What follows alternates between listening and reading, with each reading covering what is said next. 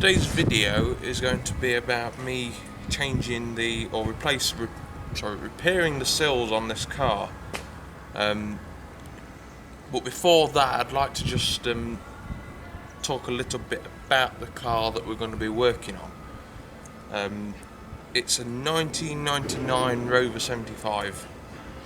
I bought this thing 2 years ago, and when I bought it, it hadn't been used for about 2 years, and at the time I was planning on a trip across Europe with a friend, and I thought, oh yes, I'll take the Rover. And at the time I'd got another car that was like my backup car that I could have used, but I wanted to use this one. As it turned out, we spent the Christmas of 2018 repairing this car and getting it through an MOT, and it pretty much went down to the wire. We got it through the MOT in like middle of January, which left me 4 weeks to test the car, to use the car, to make sure I was happy with it for the trip. And 2 weeks before we was due to set off, I was in the workshop here, and I was looking underneath, and I thought, blimey, there's a great big rust hole here. I'd already patched it up for the MOT, but I wanted it to be right. And so I bodged this side back together, which is the driver's side, but the other side was never touched. So the plan is now to do the sills on that side, and do them on this side if we get time, because I think they'll be ready for that side being done. But first, I'll just show you around the car. So just quickly, I've recently just fitted the wooden steering wheel that we see here. Originally it had a leather one on, which was quite badly worn.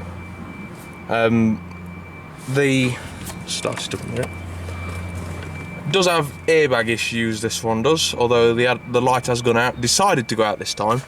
But you may notice that the seatbelt warning light is on, and that's not something that all these cars have, and that is a clue to its history. But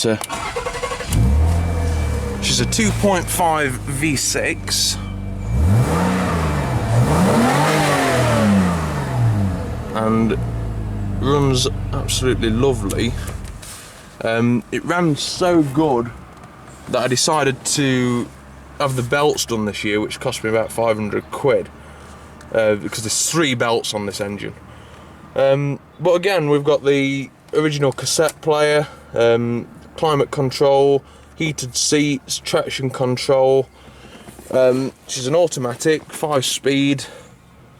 The glove box is pretty useless. I just keep a little first aid kit and a bulbs, and inside there is the auto changer for the CDs, and put them back in there. Obviously the owner's manual has to live outside because there's not enough space for that. Yeah, I mean, we've got pretty standard issue on an old car. The headline is beginning to drop on the A-pillars there. But yes, this is another feature of the early cars that were built at Cowley, and that is the Rover badge embossed into the headliner there, headrest even. But yes, it is a Cowley built car, this, rather than the later Longbridge ones. Another key to its history is the wheels. Standard Rover wheel, but not all of them had these 5 dimples in here. So that's another clue to its history. Just open the bonnet quickly.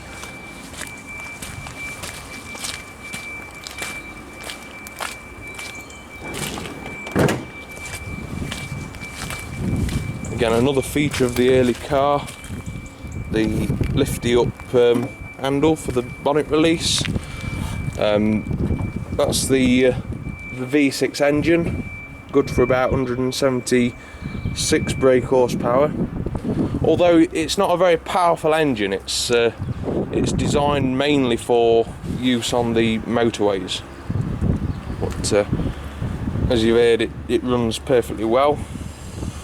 Like I say, I've had the belts done. There's 3 belts. There's the main drive belt at the front, which you can just see the cover for at the back there. And then there's these 2 auxiliary belts at the back here for the quad cam system on it. There's also a very interesting intake system. That's the intake manifold, and it has a variable intake system. And these are the motors that control that, and they're prone for not working. And you can still see the sticker on that one. They have been reconditioned. So that's the engine bay, and in the boot,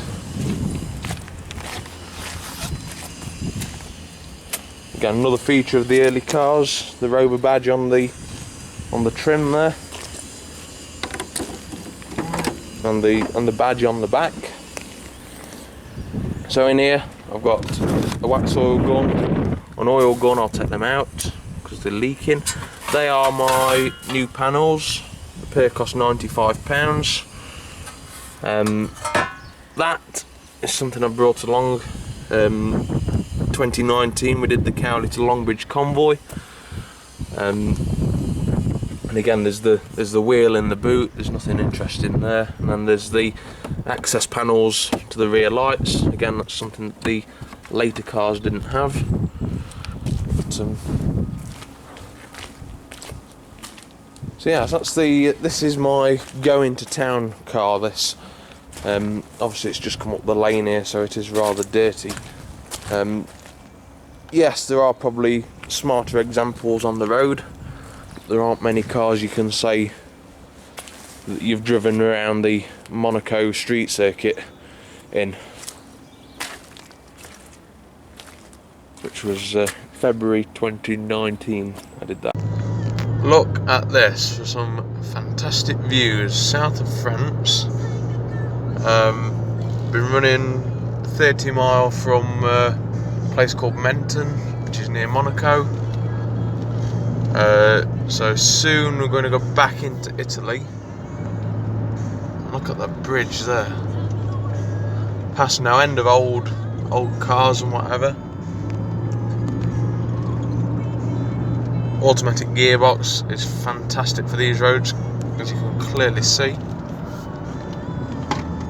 I like it a lot. Another clue to its history, that under the passenger side footwell there is that bracket, which is a flare holder. There is one piece of information I almost forgot, and that is that this car was sold brand new by a dealership that was in my hometown, which was the Speed Rover dealership in Alfreton. So again, this car is a local car to me. It was sold new where I live, and again, it's another reason for wanting to own it.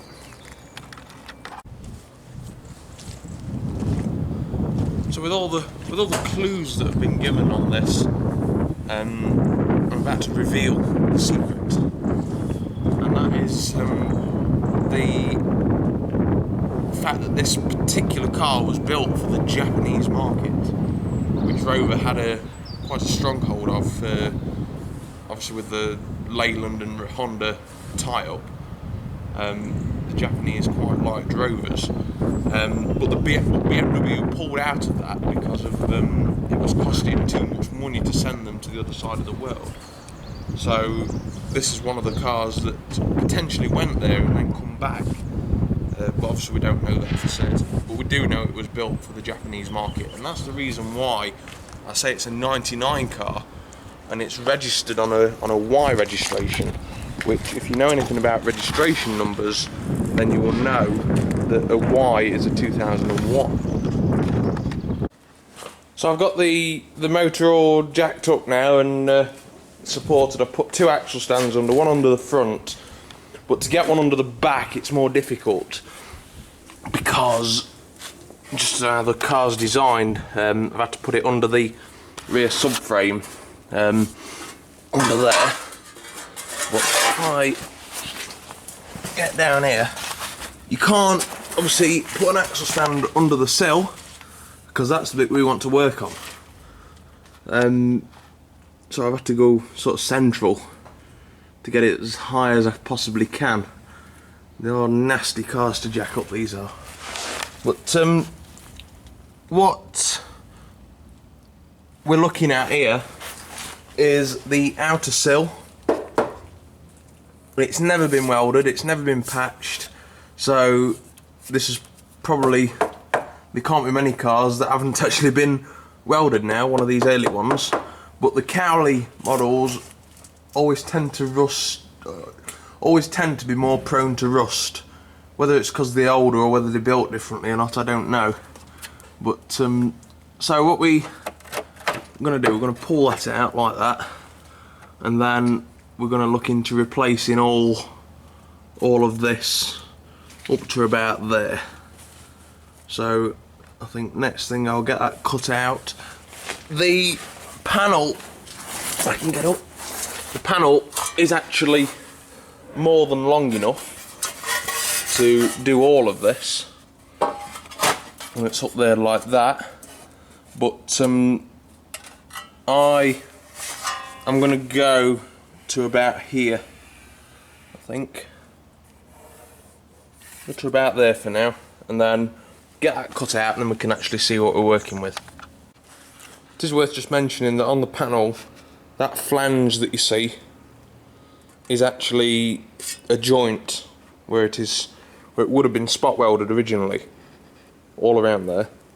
So when you cut, you want to cut to the inside of that joint. If I can hold this, you want to cut pretty much on that line, which is still on the car. So if I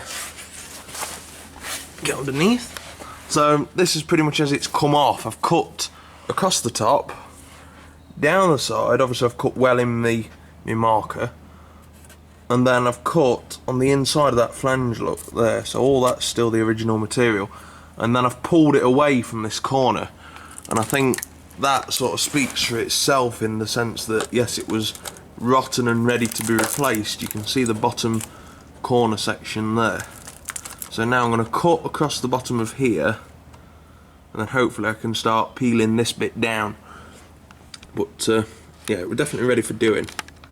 Up to about 30 seconds ago, I was thinking to myself, oh no, what have I done here? Because all this looked absolutely dreadful. But I've got a grinding disc, which is one of the thick 3mm ones, and I've been over all of that, and it's come up looking quite good. It was just a bit of surface rust on it. That is the corner. There's a piece that comes down here, and I'll show you from the other side, and then the outer sill is spot welded to that. Now if you look on this side, it is actually rotten, so I'm probably going to forget I've seen that and just cut it off, and then put something in just so it's got something there. But what I need to do next is probably get rid of all this water that's in here, because it's very damp, and then I can start treating these surfaces here, and then obviously get rid of that, clean up the rest of the faces, and then we can start marking out and getting an exact position as to where we're going to have as new panel. So that's the next job, I think. Take that off, get rid of all the water, clean up one or two last bits of rust, and I've also cleaned up the outer sill was spot welded here, and I've also cleaned up the remaining bit of material where it was spot welded. In fact, I don't know, you can't see them now, but the spot welds have gone. But I've actually forgot my torch, so this is as good as the light's going to get. That's going to come off, but I need to finish off cleaning all that section there. What I was originally going to do was cut all this out and put a new piece in, but I don't actually think it needs it because it is very solid, that. So I think I'm going to leave it, and we'll see how it goes. So I've now got the panel to the correct length, so I've had to just remove a little bit more off of there. I've got a torch now as well. So I've took a little bit more off of there, but I've looked up inside here, and about here, somewhere, wherever, it is quite bad going up with rust. So I've decided to take the trim panel off, which again has caused another problem because it's broken every single clip in doing it. So we'll have to think of something later on with that. But anyway, for the now, I've got the masking tape out. I can use the masking tape as a straight edge, and that's going to be the line I cut to. Come across a slight problem in marking out, and if you look there, it's narrower to the radius than it is, let's say, there. So when you, and I think also what hasn't helped is when I cut the repair panel, I must have moved it slightly, so it's not actually, if I push that up there, you can see that massive gap. So I think what I'm going to have to do is get the offcut, which is that, and then cut a small piece off, a very small piece, and use that to fill that gap up, which is not ideal, but it just brings the point that before you cut, clamp the piece up where it's going to go, because the bottom of this sits up against the inner sill, so that cannot physically go any further up than what it is there. So that's a lesson for when I do the other side. That will be. So I was rather hoping to get this back together today, but it's not worked out. It's getting rather late. It must be about 7:10 now. It is 7:30. Oh dear. So yeah, it's just gone into cure rust. So that is a acid solution that will burn, well, chemically react with the rust to bring it back to solid steel. But before I've done that, I've got as much of the rust out there as I possibly can, which with the angle grinder, you can see where I've worked on that there. Next thing for this, before I leave tonight, this will go into red oxide primer, so it's ready and dry for the morning, which then we can put the new bit back on. And I will also use the red oxide primer on the inside of the panel. You can see where I've had to do the slight modification on that, but I'll get this into red oxide primer. It is actually galvanised steel, this, and it has been sprayed in galvanised paint as well. But we'll want to try and get as much in there as possible, and get it wax oiled after we've finished with it.